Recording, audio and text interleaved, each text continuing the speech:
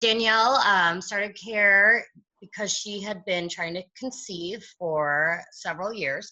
She had a history of an ectopic pregnancy when she was younger, and thankfully it did not damage the tubes, but she was able to conceive again. So she tried again about 10 years later. She was diagnosed with PCOS when she was 16 years old, so several years prior. They put her on birth control when she was younger to manage that and to manage her acne. And so when she started trying to conceive, she came off of birth control. She got pregnant right away, which was fantastic. Unfortunately, she had a miscarriage at 5 or 6 weeks at that time. And so she was trying to recover from that. She went through the process with the loss and everything and decided to try again 3 months later. Her cycles at that point were about 40 to 45 days. And so she wasn't sure when she was ovulating and what was going on, but she was able to get pregnant again naturally about 3 months later. And unfortunately, that one also ended in a pregnancy loss. So she had lost that pregnancy at about 7 weeks. So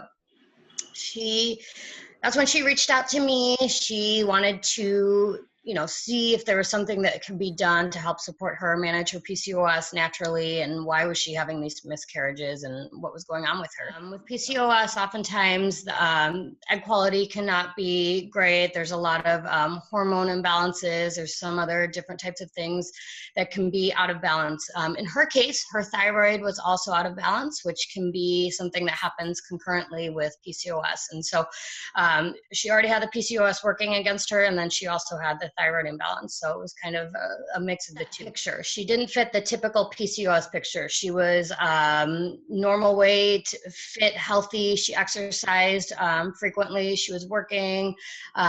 She did not have the typical overweight, facial hair, those kinds of things that oftentimes come with PCOS. Her major symptoms were that her cycle was 40 to 45 days, fluctuating, and ever since she was younger. When she was younger, she had acne.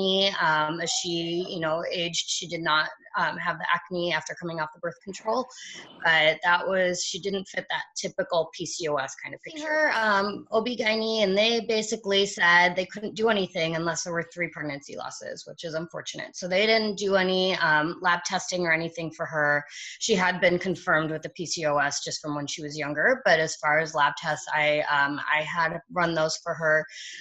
We checked all of her hormones, including a full thyroid panel, and determined that, there definitely was that PCOS component based on her hormones, and looking at some of the other numbers like her AMH and things like that. And we confirmed that there was PCOS as well as a thyroid imbalance. For her, she also was suffering from migraines and stress. And so that was also a big, and which was affecting her sleep. And so there was a big piece of that was, as far as lifestyle, affecting, I think, what was happening with her body and her hormones as well. And so we went to manage those. We worked on her migraines.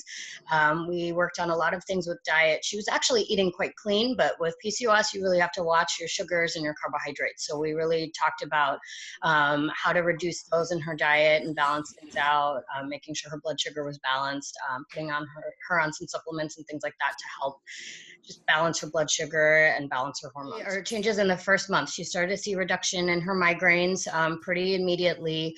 We did put her on a detox as well to kind of help clear out everything that needed to be detoxed in her body and just balance everything. And she started to see changes in her stress levels, her migraines, she would also get just regular headaches throughout the month outside of her cycle.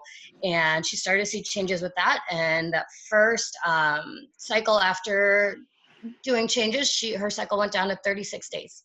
So it was a big change from 40 to 45 day cycles. It was just for her. So we didn't treat her husband.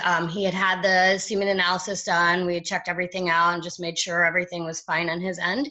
But in this case, we just treated her. And the other piece that we wanted to make sure we knew when she was ovulating as well, since her cycles were changing. So we looked at, I had her start charting her basal body temperature and checking to see when the ovulation was happening. It's hard to manage doing this once and then to have this happen repeatedly, and not have the answers. I think that was the most frustrating thing. everything is going to see the doctor and not being able to understand why this was happening, you know, and then her fear of getting pregnant again and not being able to hold the pregnancy, you know, I think that's one of the big reasons why she reached out, was that she was having a hard time managing everything, and she wanted to make sure that she wouldn't, you know, hopefully go through that again. I have been working with Marc for about 5 years. I've been practicing for 10.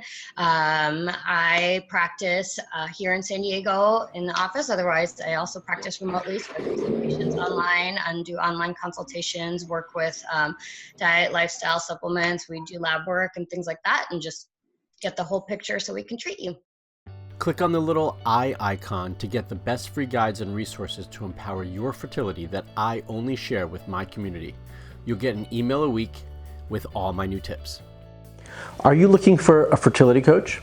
Are you looking for someone to guide you with your personal needs one-on-one? Well, that can be me. If you want more information on that, check it out right here.